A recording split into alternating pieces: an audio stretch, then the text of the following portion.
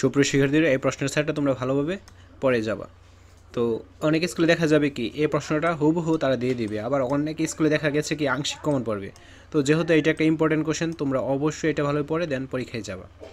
বহু নির্বাচনী প্রশ্ন 15টি আসবে, 1 করে 15 নম্বর। তো দেখো এখানে এই প্রশ্নগুলো কিন্তু পরিষ্কারভাবে বোঝা যাচ্ছে। তো তোমাদের কাজ হলো বই অথবা গাইড থেকে এই প্রশ্নগুলোর অ্যান্সার বের করে পড়ে ফেলা।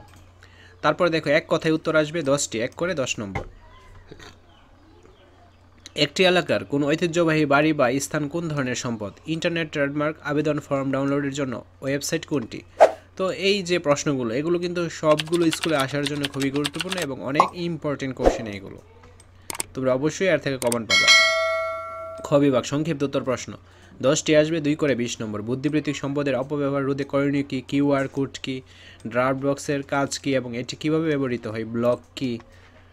তো কোনো একটা পরীক্ষার আগে তোমরা কী করো, ওই প্রশ্ন বিষয় রিলেটেড যে প্রশ্নগুলো বা মডেল কোশ্চেনগুলো ওইগুলো ভালোভাবে পড়ে দেন পরীক্ষার হলে যাও। তো এইটাও যেহেতু একটা ইম্পর্টেন্ট কোশ্চেন, এইটাও তোমরা ভালোভাবে পড়ে যাবা। তোমরা বার্ষিক পরীক্ষার ফাইনাল রিভিশন দিয়ে নাও, এটা থাকবে সম্পূর্ণ ফ্রি মডেল টেস্ট।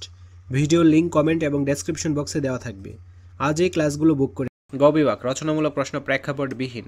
5টি থেকে যে কোনো 3টি প্রশ্নের উত্তর দিতে হবে। প্রত্যেকটা প্রশ্নের মান 5 করে 15 নম্বর। তো একটি ওয়েবসাইটের সুবিধাগুলো লিখো। ইমেল বা জাঙ্ক বা স্প্যাম বক্স থেকে সাবধান থাকতে বলা হয় কেন, ব্যাখ্যা করো। তারপর খাবার পরিবেশনের একটি রোবটের কাজ করার অ্যালগোরিদম কেমন তা লিখো।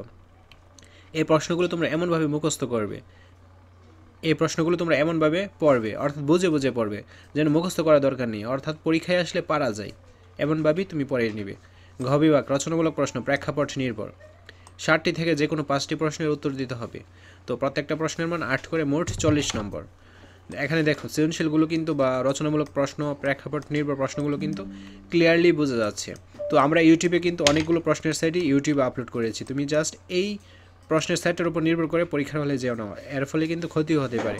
তোমরা সবগুলো প্রশ্নের সেট পড়ে দেন পরীক্ষার হলে যাবা। আশা করছি তোমরা বুঝতে পেরেছো, এর ফলে তোমরা অনেক কিছুই কমন পেয়ে যাবে। তো আজকের ক্লাসটি এ পর্যন্ত। পরবর্তী ক্লাসটি সবার আগে পাওয়ার জন্য অবশ্যই চ্যানেলটি সাবস্ক্রাইব করে অল নোটিফিকেশন অন করে রাখো, যেন ভিডিও ছাড়া মাত্রই সবার আগে তোমাদের কাছে পৌঁছে যায়। ধন্যবাদ সবাই।